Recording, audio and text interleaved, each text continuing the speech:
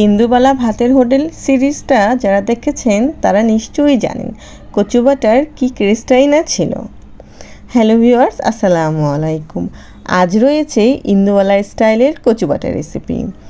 এই কচু বাটার রেসিপিটা এতটাই অসাধারণ, সত্যি এটা কিন্তু বেশি দেখতে পাওয়া যায় না, কিন্তু খেতে যে এতটাই অসাধারণ যে কী বলবো আপনাদেরকে। এটা দেখে অবশ্যই আপনারা বাসায় ট্রাই করবেন, দেখে কিন্তু সত্যি সেই সিরিজের কথাও মনে পড়ে যাবে। চলুন তাহলে দেখে নিই রেসিপিটি। এখানে আমি মানকচু নিয়ে নিচ্ছি। এটা অবশ্যই আপনারা একটু মোটা করে ছিলে নেবেন। ছিলে নিয়ে যদি একটু পানির মধ্যে ভিজিয়ে রাখেন তাহলে কিন্তু অনেক ভালো, তাহলে আর কোনো প্রকারই গলা জ্বলবে না। খেতে তো একদমই দুর্দান্ত। পিছন সাইডগুলো কিন্তু আমি কেটে ফেলে দেব। এখন এটা দুই ভাগ করে আমি গ্রেটারে গ্রেট করে নেব। এটা কিন্তু অনেকে সেদ্ধ করে কিন্তু আমি একদমই ইন্দুবালা স্টাইলে কাঁচাই করব। এটা গ্রেট করে নিয়েছি। এখন এটা আমি কিন্তু বাটনাতেই বেটে নেব। আপনারা যদি বেশি কষ্ট করতে না চান তাহলে গ্রাইন্ডারে গ্রাইন্ড করে নিতে পারেন, কিন্তু ইন্দুবালা তো বাটনাতেই করে, তাই আমি বাটনাতেই করব। আর গ্রাইন্ডারের স্বাদ আর বাটনার স্বাদ তো সত্যিই আলাদা অনেক।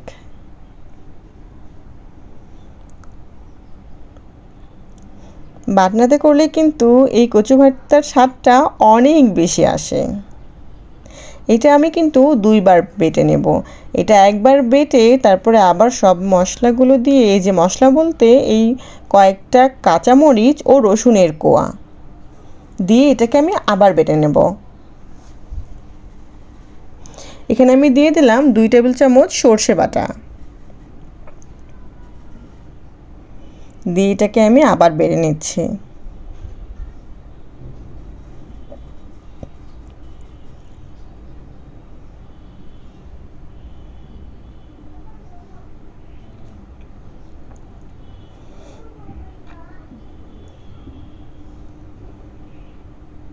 এই মানকচু ভর্তাটা কিন্তু দিয়ে 1 প্লেট ভাত শেষ করা যাবে, এতটাই স্বাদের।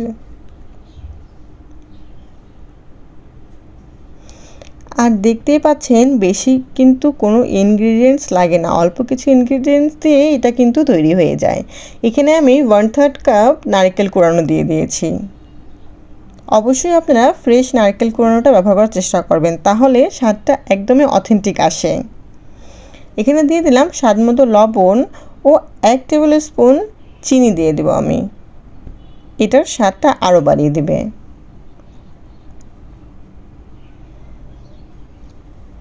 তারপর আমি এখানে সর্ষে তেল দিয়ে দিলাম। সর্ষে তেলটা কিন্তু একটু বেশিই দিতে হয়। অনেকে কিন্তু এটা কড়াইয়ে সামান্য সর্ষে তেল দিয়ে সর্ষে আর কালো জিরের ফোড়ন দিয়ে নেন, কিন্তু কাঁচা স্বাদটা কিন্তু একদমই ভিন্ন, আর সবথেকে বেশি ভালো হয় কাঁচার স্বাদটাই। যেহেতু আমি ইন্দুবালা স্টাইলে করছি তাই আমি এটা কাঁচাই রাখবো। সত্যি এই স্টাইলে একবার আপনারা ট্রাই করবেন, ইন্দুবালার সিরিজটার কথা মনে পড়ে যাবে, আর খেতে তো দারুণ।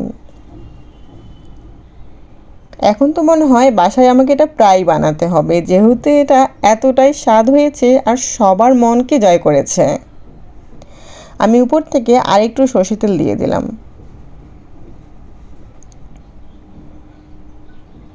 আমার রেসিপিগুলো ভালো লাগলে অবশ্যই আমার চ্যানেলটিকে সাবস্ক্রাইব করবেন, আমার পাশে থাকবেন লাইক কমেন্ট করে।